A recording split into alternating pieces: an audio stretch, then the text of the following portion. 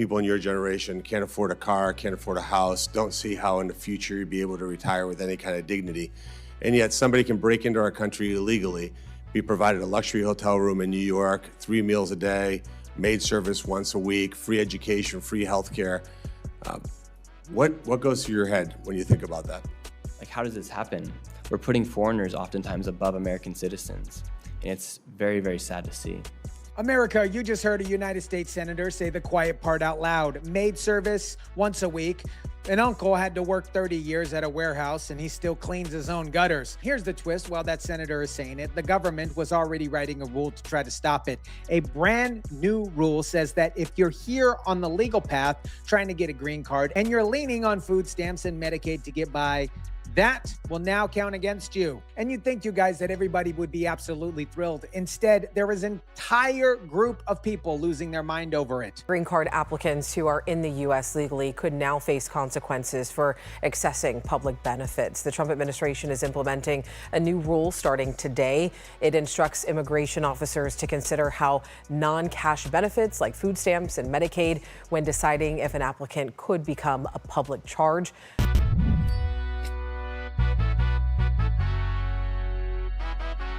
What is up, guys? Tyson Dela Cruz here. Thank you so much for rocking with me. Let me slow that down so it actually makes sense. And while I'm doing that, be sure to smash the like button and hit the subscribe button because it does help us fight against the dreaded YouTube algorithm. And Washington loves to bury this simple stuff in fancy language and jargon. A green card, for those of you that don't know, just basically means that you get to live here permanently, legally, for good. And there's a test that the government runs on you before that they hand over the green card. It is called a public charge test. All that means is, are you going to support yourself or are you going to lean on the taxpayers forever? Under the old rule, under the previous administration from 2022, they only looked at two things. Did you take straight cash assistance or do you need government paid nursing home care? That's it. Everything else was off the table. The Trump administration rules allows officials to consider someone's use of public benefits when making decisions about their citizenship. That can include certain government-funded health and social services programs, and advocates worry that immigrants who are legally eligible for those benefits may now avoid using them. The new rule finalized this year throws that door wide open. Now they can look at food stamps, they can look at Medicaid, they can look at housing vouchers. It all goes into one bucket, into one scorecard, and it kicks in this September of 2026. Immigrants living in New York City using Medicaid, housing vouchers, and SNAP might soon have to choose between receiving their green cards and public benefits. We need to be very clear. The new rule will lead to devastating effects on the health and economic stability of our community and our neighbors. A coalition of New York City nonprofits helping immigrant families gathered today in Midtown to condemn the Trump administration's revival of what's called public charge. It brings another layer of pain and confusion. Now here, you guys, is where it gets a little interesting. You think that that says support yourself before you get permanent status. That would be actual common sense here. Instead, there are groups out here calling it xenophobic and cruel. One of them, you wouldn't believe this, one of them is a policy manager named Benjamin Chow. Not Benjamin, Benjamin Chow. Over in, you guessed it, you guys, over in California. From the California Immigration Policy Center. Of course, it wouldn't be any other place than California. You wouldn't expect it anywhere else, right? Of course, Mr. Benjamin Chow put out a statement saying the rule creates confusion and calls leaders to protect immigrant families from it. Let me translate that for you. He's not mad that the rule is confusing. He's mad that the free ride might be coming with a receipt attached to it. And look, you guys, breaking into somebody's house doesn't make you the homeowner of that house. That's not cruelty. That's how home ownership and ownership actually works. But try telling that to a guy who's running a nonprofit in California whose entire paycheck depends on that pipeline never actually closing. The so-called public charge rule takes effect September 18th. It directs immigration officials to consider whether certain green card applicants are likely to become primarily primarily dependent on government assistance when reviewing their applications. The Trump administration says the rule promotes self-sufficiency among immigrants. Opponents say it could discourage families from using benefits they're legally eligible to receive, including health care, nutrition, and housing assistance. Now, I got to be straight with you because I'm not going to oversell this to you. People who are here illegally are already banned from getting food stamps. That is already in law right now as of today. This new rule is not about those illegal people trying to get the food stamps. This is about the people who did it the legal way, folks in line for green cards.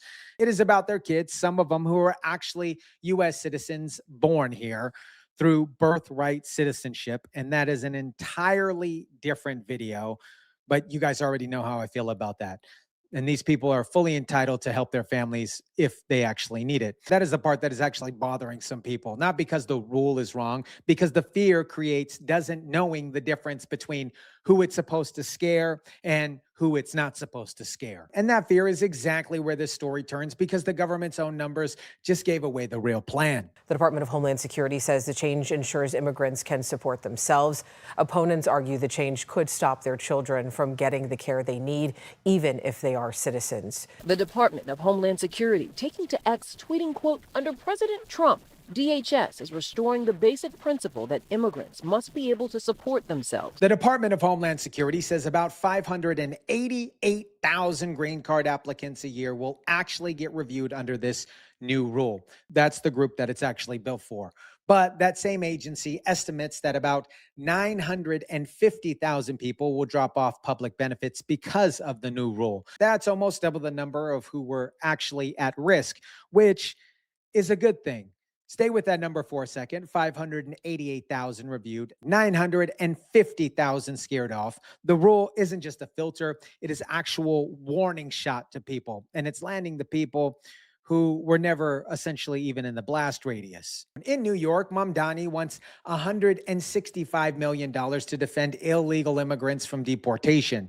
In these sanctuary cities, programs like police trauma programs, sexual assault survivor funding gets cut before anybody touches sanctuary policies. This happens every single time. It's the same question. Does the money serve citizens of the United States, or does it serve everybody else first? I said it before and I'll say it again. Watch what gets protected and watch what get cut. That tells you the entire priorities of some of these sanctuary cities. And here's the part that ties everything back to your paycheck. We've seen this movie. A similar rule ran back in 2019. A federal court struck it down, but before it even got fully enforced. Here's the stats really quick. 1 in 6 adults in immigrant households with kids stopped applying for benefits that they were legally owed, just out of fear. That's not me guessing. That is a study that came out after the fact. And again, you guys know exactly how I feel about birthright citizenship. And if you don't, it's the same exact thing of somebody break into your house and thinking that they're the homeowner.